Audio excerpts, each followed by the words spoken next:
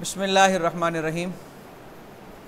ابواب الاطعمۃ عن رسول اللہ صلی اللہ علیہ وآلہ وسلم، جامع ترمذی کی جلد 2 میں اور جامع ترمذی کا سیاستہ کے اندر ایک مقام ہے کہ اس کو ترتیب کے لحاظ سے تیسرے نمبر پہ شمار کیا جاتا ہے، اور یعنی کہ سیاستہ کے اندر صحیح بخاری، پھر صحیح مسلم، اور تیسرا درجہ جو ہے وہ جامع ترمذی کا ہے، اور جامعیت کے اعتبار سے اس کو دوسرا درجہ دیا جاتا ہے۔ پہلا درجہ امام بخاری کی مسند کا ہے، اور دوسرا درجہ یہ امام ترمذی کی اس جامع کا ہے۔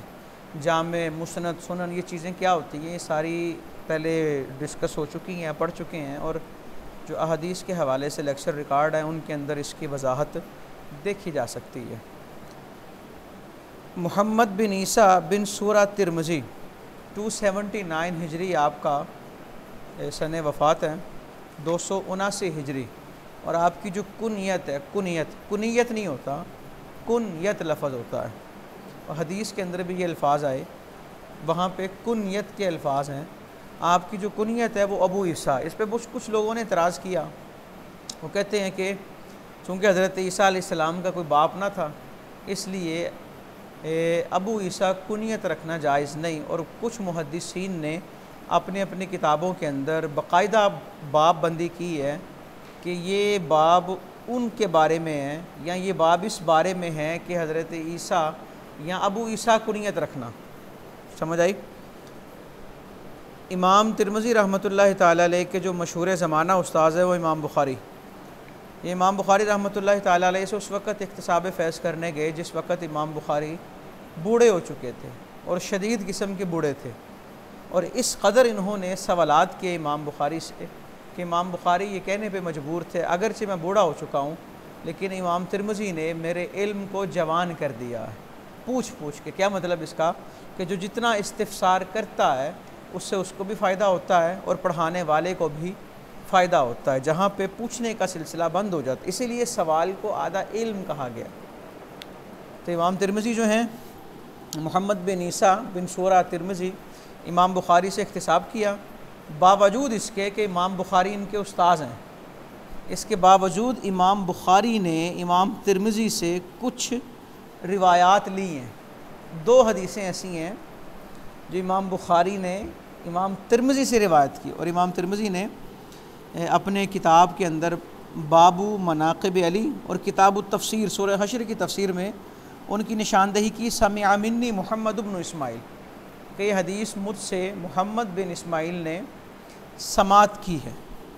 اور ترمذی کی خصوصیت یہ ہے کہ اس سے پہلے بھی حدیث کی جامع کتابیں لکھی جا چکی تھیں، اور حدیث کی اصطلاحات، حسن، غریب، ضعیف، ان کی جو قسمیں ہیں یا تعریفات ہیں یہ سب کو پتہ تھی کہ کیا ہیں، لیکن کسی نے بھی اپنی کتاب میں ہر حدیث کے ساتھ اس کے سند کے اعتبار سے جو اس کی وہ حیثیت بنتی ہے اس کی وضاحت نہیں تھی کی، کسی نے حسن نہیں کہا، کسی کو غریب نہیں کہا، پتہ ہوتا تھا کہ یہ حدیث حسن ہے، غریب ہے، لیکن باقاعدہ کتاب کے اندر ایک ایک حدیث پہ جو جرح کی ہے وہ امام ترمذی نے کی ہے۔ اور ترمذی کی خصوصیات میں سے خصوصیت یہ بھی ہے کہ امام ترمذی حدیث نقل کرنے کے بعد اکثر طور پہ فقہاء کا اختلاف اور فقہاء کا جو موقف ہے اسے بیان کر دیتے ہیں۔ ترمذی کے نام سے ایک اور محدث بھی مشہور ہیں، ان کی کتابیں بھی ملتی ہیں ہمیں، جیسا کہ نوادر الاصول ہے، یہ ان کا نام حکیم ترمذی ہے، اور ایک اور محدث ہیں وہ ترمذی کبیر کے نام سے مشہور ہیں، یہ ابو الحسن احمد بن حسن ہے۔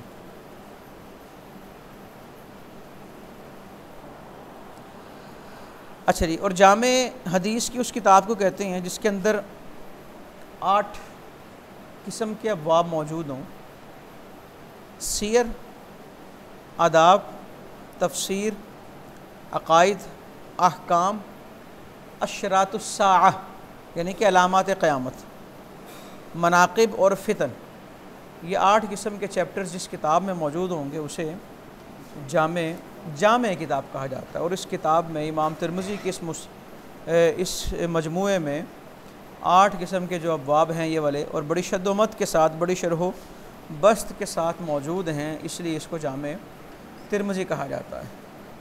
تو چونکہ ہم نے دوسری جلد سے اس کا آغاز کرنا ہے اور ساتھ ساتھ جو وضاحت طلب چیزیں آتی جائیں گی ان پہ بات کرتے رہیں گے۔ ابواب الاطعمہ، یعنی کہ اس حصے کے اندر کھانے سے متعلقہ سارے باب ہیں، چیپٹرز جتنے بھی ہیں وہ کھانے سے متعلقہ ہیں۔ رسول اللہ صلی اللہ علیہ وآلہ وسلم، اور یہ ساری روایات مروی ہیں حضور صلی اللہ علیہ وآلہ وسلم سے۔ پہلا باب کیا ہے؟ باب ما جاء علی ما کان یأکل رسول اللہ صلی اللہ علیہ وسلم، کہ حضور صلی اللہ علیہ وآلہ وسلم کس چیز پہ کھانا تناول فرمایا کرتے تھے۔ تو قال حدثنا، حدثنا نہیں پڑھیں گے، اچھا بعض جگہوں پہ ہمیں حدثنا لکھا نظر آئے گا اور بعض جگہوں پہ اخبارنا لکھا نظر آئے گا۔ کیا فرق ہوتا ہے ان میں؟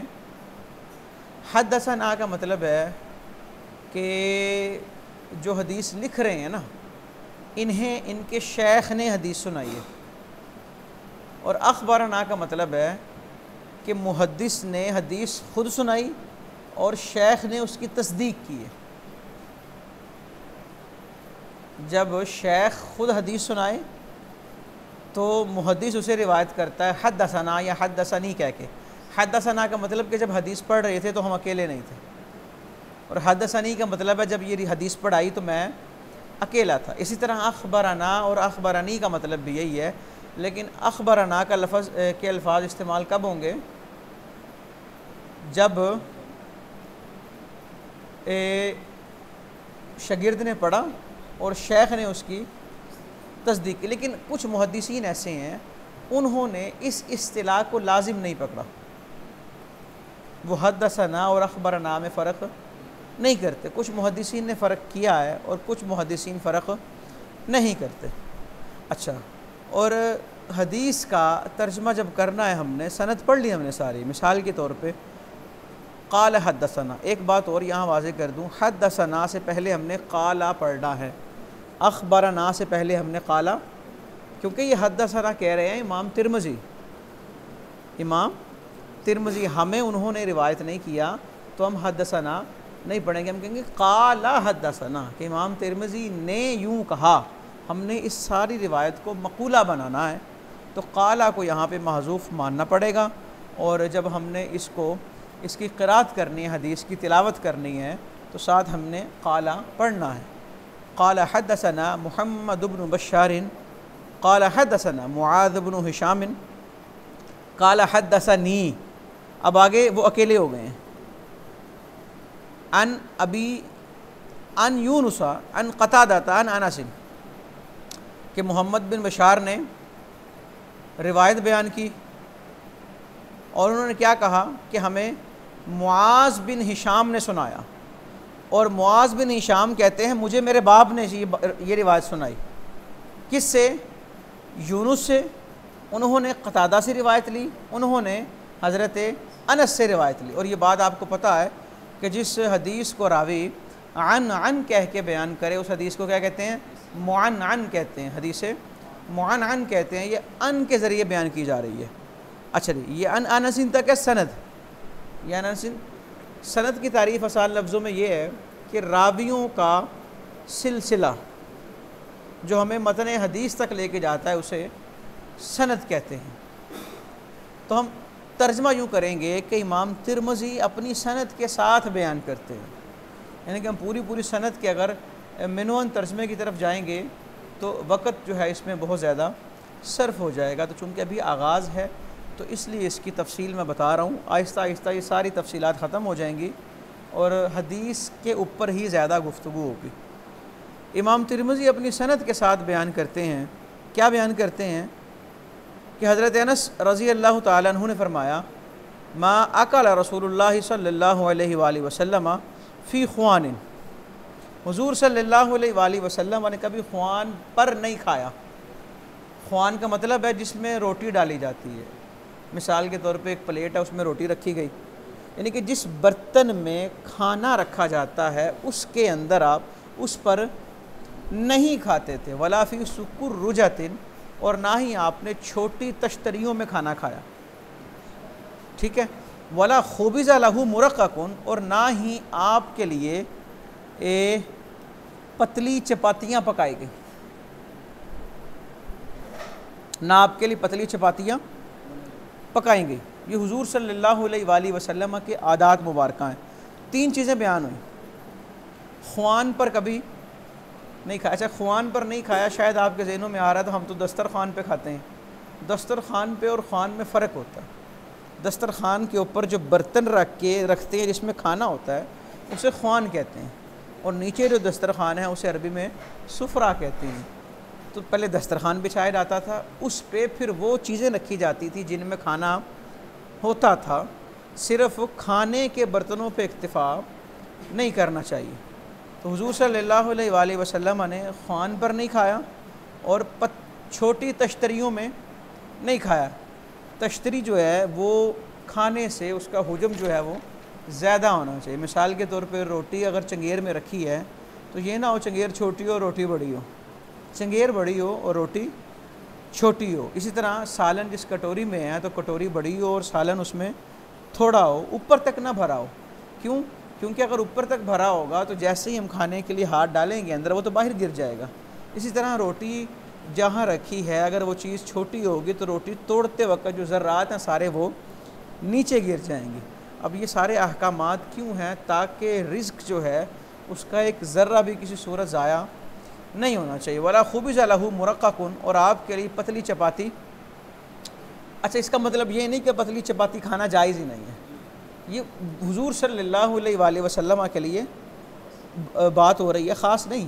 اس وقت جو وقت کا تقاضا تھا، جو دور کا تقاضا، ایسے معاملات تھے یا نہیں تھے، کیونکہ حضور صلی اللہ علیہ وآلہ وسلم کے بارے غالباً حضرت عائشہ رضی اللہ تعالیٰ عنہ کی روایت ہے نا کہ آل محمد صلی اللہ علیہ وآلہ وسلم نے 3 دن لگاتار سیر ہو کے کبھی کھانا نہیں کھایا، تو کبھی کھجور کھا لی، کبھی جو کی روٹی یا کیا معاملات، اور گندم تو میرا خیال ہے استعمال شاید اکا دکا یا تقریباً نہیں ہوئی، تو جو وغیرہ پکتے تھے ان کی روٹی جو ہے وہ موٹی ہوتی ہے۔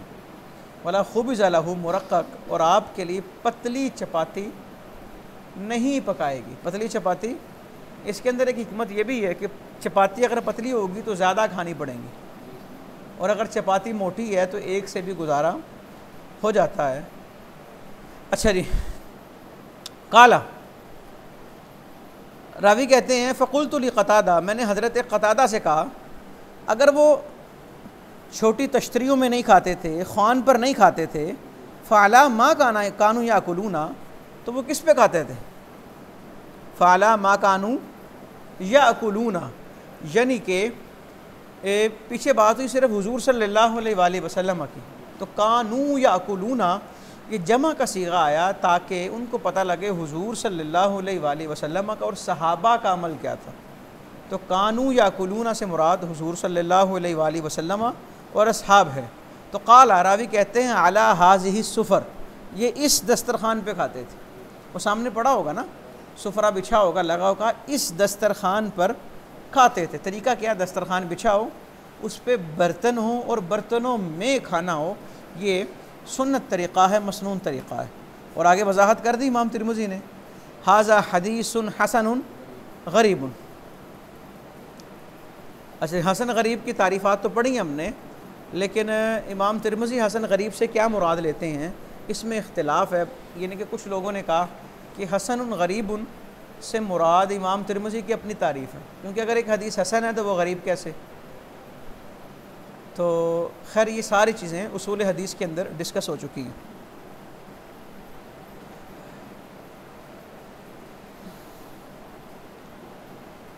محمد بن بشار نے کہا اور یونس نے کہا۔ اچھا یہ یونس کون سے ہیں؟ اسقاف، یہ آگے وضاحت کر رہے ہیں اس کی کہ یہ یونس کون سے ہیں۔ اور عبد الوارث بن سعید نے سعید بن ابی عروبہ سے روایت کیا اور انہوں نے حضرت قتادہ سے روایت کیا، کیا؟ اور وہ اسی طرح سلسلہ ابن ابو عروبہ نے قتادہ سے اور انہوں نے حضرت انس سے روایت کیا، اور وہ نبی پاک صلی اللہ علیہ وآلہ وسلم سے اسی طرح کی روایت بیان کرتے ہیں۔